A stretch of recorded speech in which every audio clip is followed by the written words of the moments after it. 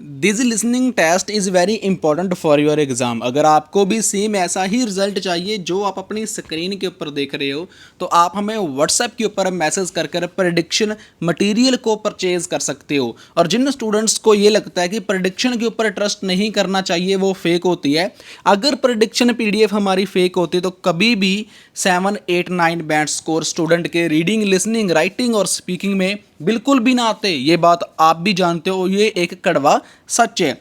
इसके अलावा आपको एवरी प्रूफ देखने को मिलेगा मेरे इंस्टाग्राम पेज के ऊपर, जिसका नेम है आईएलएस वाला इंडिया। हमारे नाम के ऊपर काफ़ी फेक पेजेस भी बन चुके हैं, लोग काफ़ी फ्रॉड भी कर रहे हैं।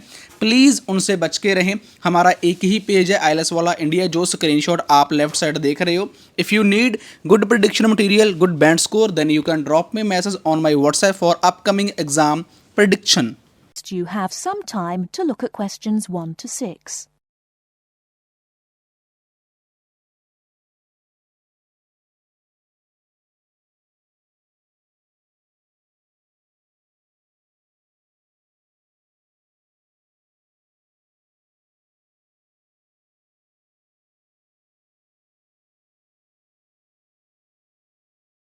You will see that there is an example which has been done for you.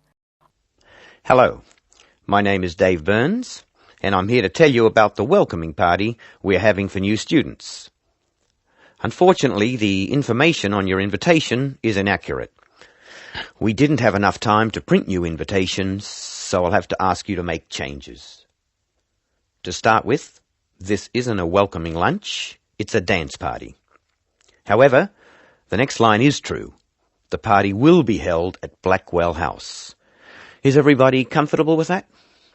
The next line tells you when the party will be. Friday, June 15th at 8 p.m. But I have good news. The party will end at 11 p.m. As a result of this later end to the party, the bus will go later too.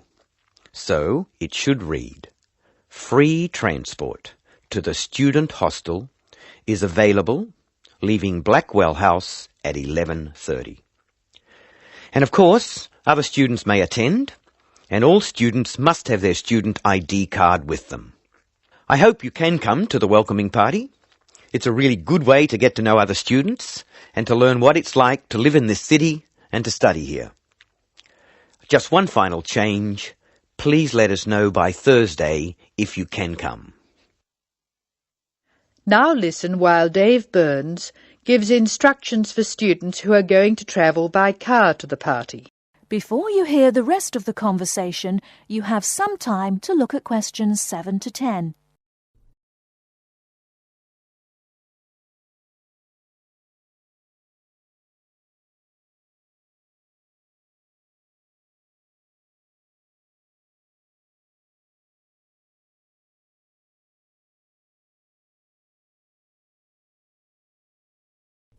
Now listen and answer questions 7 to 10. Some of you may prefer to travel by car, but I have to warn you about some changes to the roads. You will find there is a lot of new road work on Smith Street. The work will not finish for a long time, so we can be sure that Smith Street will be a problem. If you are coming from the city, you will be able to travel easily until you get to Blackwell Street, just near the college. As you know, Blackwell Street is very long. You should avoid the corner of Blackwell Street and Jones Avenue, because they are laying telephone cable. However, you can take a detour and avoid Blackwell Street altogether. The best thing to do is to pass the roundabout and take the first road on your left, which is Brown Crescent. Brown Crescent will lead you into the college grounds, so that's easy. I hope everyone has a great time. Bring your friends, and we'll see you on Friday. Oh, one final reminder. It's best to use the side door. The front door may be locked at 7, so come to the side. See you on Friday. That is the end of section 1. You now have half a minute to check your answers.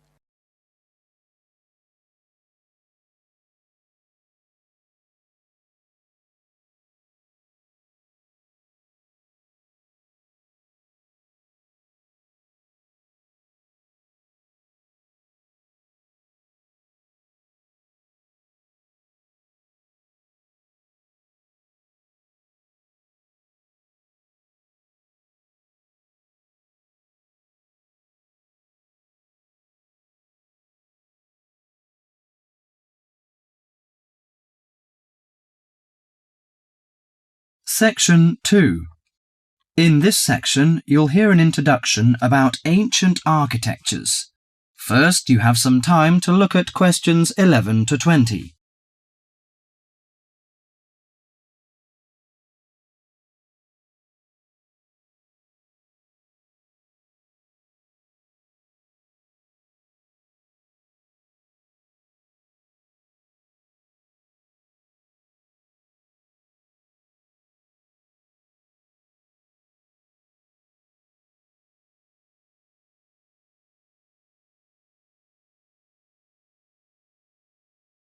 Now listen carefully to the tape and answer questions 11 to 20.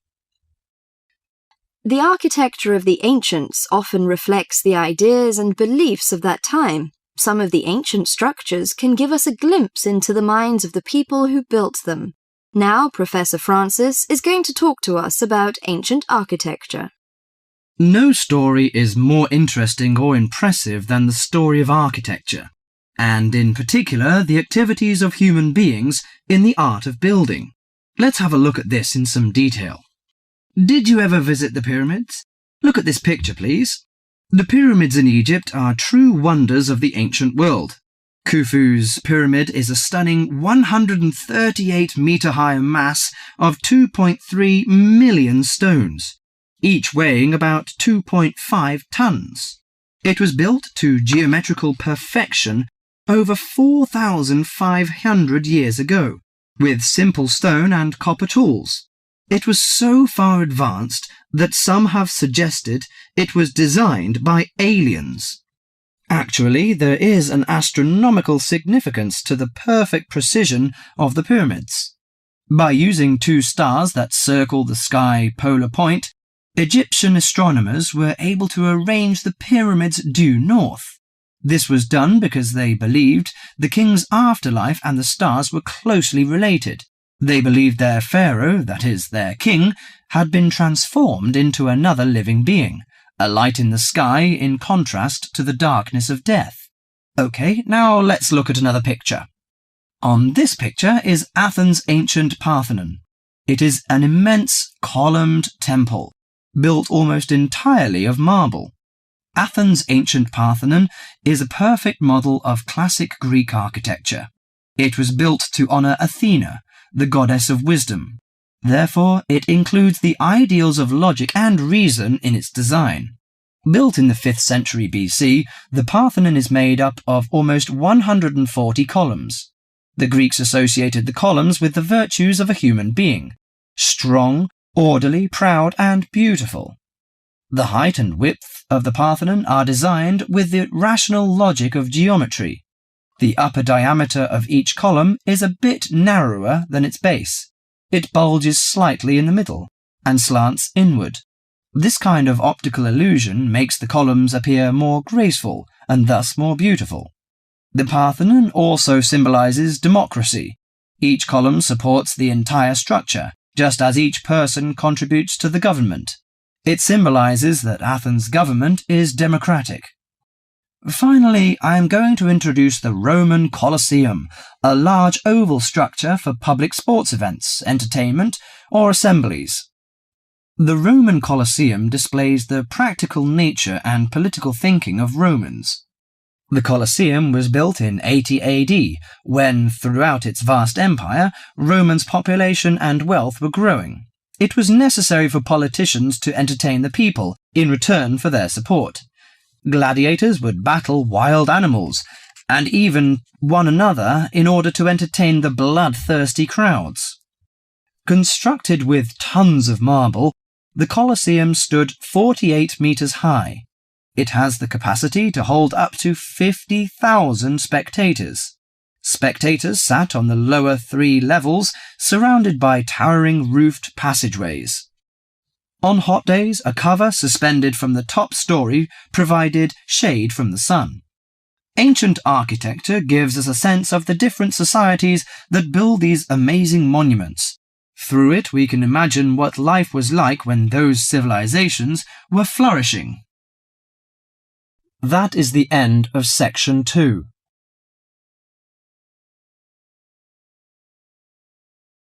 You now have half a minute to check your answers.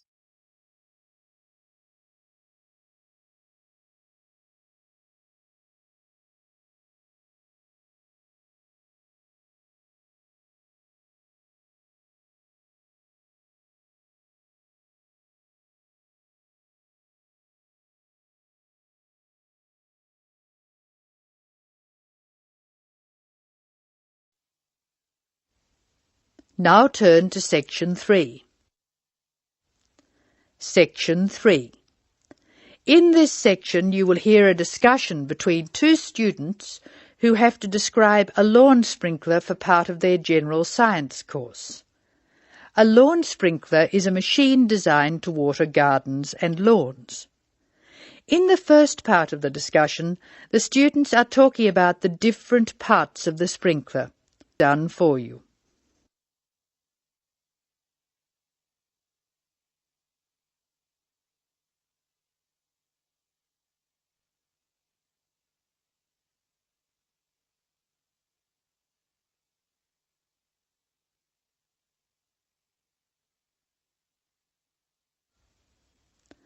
Now listen to the conversation and label the parts of the sprinkler on the diagram. Choose from the box. There are more words in the box than you will need. Hello, Scott. I believe you're going to be my partner for this practical session. Have you got the model set up? Yes, it's right here. The instructions say we have to describe it first and label the diagram. I've started from where the water enters the machine. The water enters through a hose pipe and then it turns a water wheel. You can see where the wheel is marked by an arrow pointing upwards. It's called a water wheel because it's designed so the water will catch against the wheel. This action spins a series of gears. How are you going to describe the gears? There are 2 worm gears, one vertical and one horizontal. The horizontal worm gear drives a circular gear. That gear is connected to a crank which changes the motion. The crank is already labelled. Do you see the 2 white arrows? I see. Okay. The water has passed across the water wheel. Then what? Okay. Then you could say the water passes through the spray tube. Yes, I see. And the water is then spread over the lawn through holes at the top of the spray tube. How are you going to describe the base? How about this? The sprinkler stands on a base consisting of 2 metal tubes which join at a hinge at one end and continue into a plastic moulding at the other. That's certainly starting at the bottom. Do you want to mention that there's no water in the base? I don't think that's necessary. If you look at the diagram, it's easy to see that the only metal tube to contain water is the spray tube. You can actually see the water coming out of it. Now listen while Linda and Scott's instructor, Mark Stewart, talks to them. Answer questions.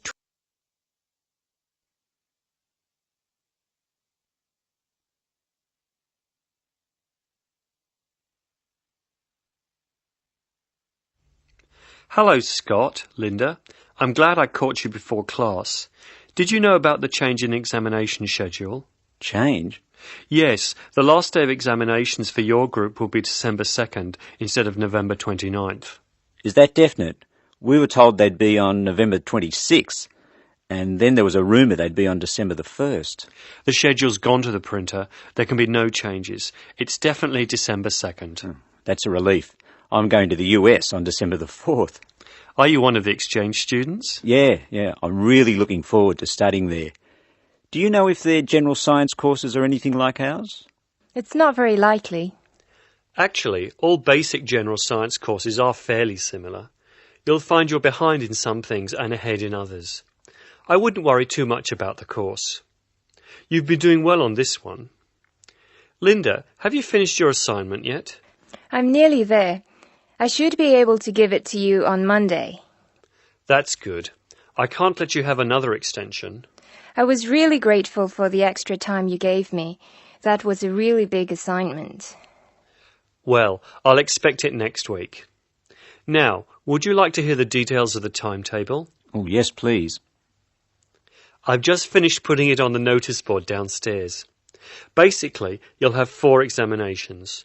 General Mechanics is in the morning of December 1st. Physics and Maths are on the afternoon of the same day. Communications and English are on the morning of December 2nd, and Earth Sciences in the afternoon. All over in 2 days. Yes. I'll miss teaching this class. You're all good at expressing your views, which makes for an interesting class. Some of the other first-year classes won't talk, and they're rather boring to teach. That is the end of section 3. You will now have some time to check your answers.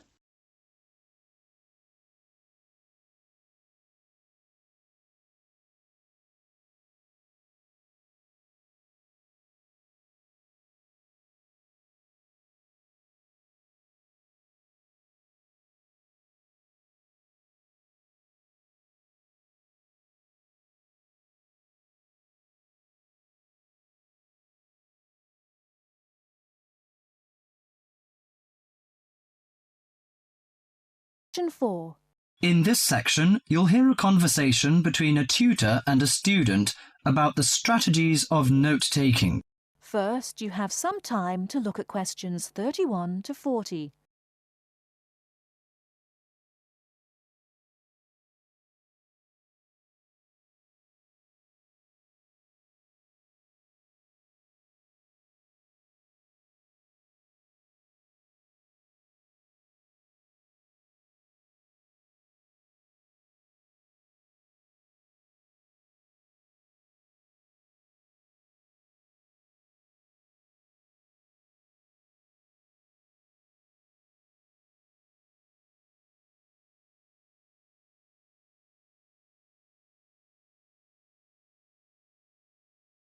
Now, listen carefully and answer questions 31 to 40. Hi, Mr. Smith. I wonder whether you can spare several minutes with me. Sure. What's your name, please? John Murray. Good, John. What can I do for you? Well, I am a freshman in the communication faculty. I quite enjoy the life here, except for the difficulty I have in the lectures. You know, I find it difficult to take notes when I listen. If I take notes on my notebook, I can't concentrate on the lecture. But I feel frustrated after the lecture if I don't write down anything. As we know, note-taking is a complex activity which requires a high level of ability in many separate skills. At least 4 important skills are needed. 4? I don't expect so many. I think that needs 1 or 2 skills. Firstly, you have to understand what the lecturer says as he says it. That means you should try to develop the ability to infer the meaning of unfamiliar words from the context. You cannot stop the lecture in order to look up a new word or check an unfamiliar sentence pattern. Yes, that puts the non-native speaker like me under a particular severe strain. Often I may not be able to recognize words in speech which I understand straight away in print. So the ability of inferring is important. Of course, you won't always be able to do this successfully. You must not allow failure of this kind to discourage you, however. It's often possible to understand much of a lecture by concentrating solely on those points which are most important. But how do I decide what's important? Well, that's in itself another skill I'd like to tell you. At first, the most important piece of information in a lecture is the title itself. If this is printed or referred to beforehand, you should study it carefully and make sure you're in no doubt about its meaning. A title often implies many of the major points that will later be covered in the lecture itself. It should help you therefore to decide what the main point of the lecture will be. Besides the title, what should I pay attention to during the speech? A good lecturer often signals what's important or unimportant. He may give direct or indirect signals. Many lecturers, for example, explicitly tell their audience that a point is important and that the student should write it down. Unfortunately, some lecturers who are trying to establish a friendly relationship with the audience are likely on these occasions to employ a colloquial style. He might say such thing as, "This is, of course, the crunch," or "Perhaps you'd like to get it down." Although this will help the student who's a native English speaker, it may very well cause difficulty for the non-native speaker. You'll therefore have to make a big effort to get used to the various styles of his lectures. I see. You mean I should get used to some colloquial expressions of the lecturer and write down the points he recommends us to take? That's right. And it's worth remembering that most lecturers also give indirect signals to indicate what's important. They either pause or speak slowly or speak loudly or use a greater range of intonation, or they employ a combination of these devices when they say something important. So, I should be aware of this and focus my attention accordingly. If I can catch the main points, how can I write them quickly and clearly? Good question. That's a problem that most students find hard to solve. Having sorted out the main points, you have to write them down. In order to write at speed, you may find it helps to abbreviate. You can also try to select only those words which give maximum information. There are usually nouns, but sometimes verbs or adjectives. Writing only one point on each line also helps you to understand your notes when you come to read them later. I see. The last but not least skill to learn is to show the connections between the various points you've noted. This can often be done more effectively by a visual presentation than by a lengthy statement in words. Thus, the use of spacing, of underlining, and of conventional symbols plays an important part in efficient note-taking. In this way, you can see at a glance the framework of the lecture. Thank you so much, Mr. Smith. I think I'll employ the methods in the next lecture. That is the end of section 4. You now have half a minute to check your answers.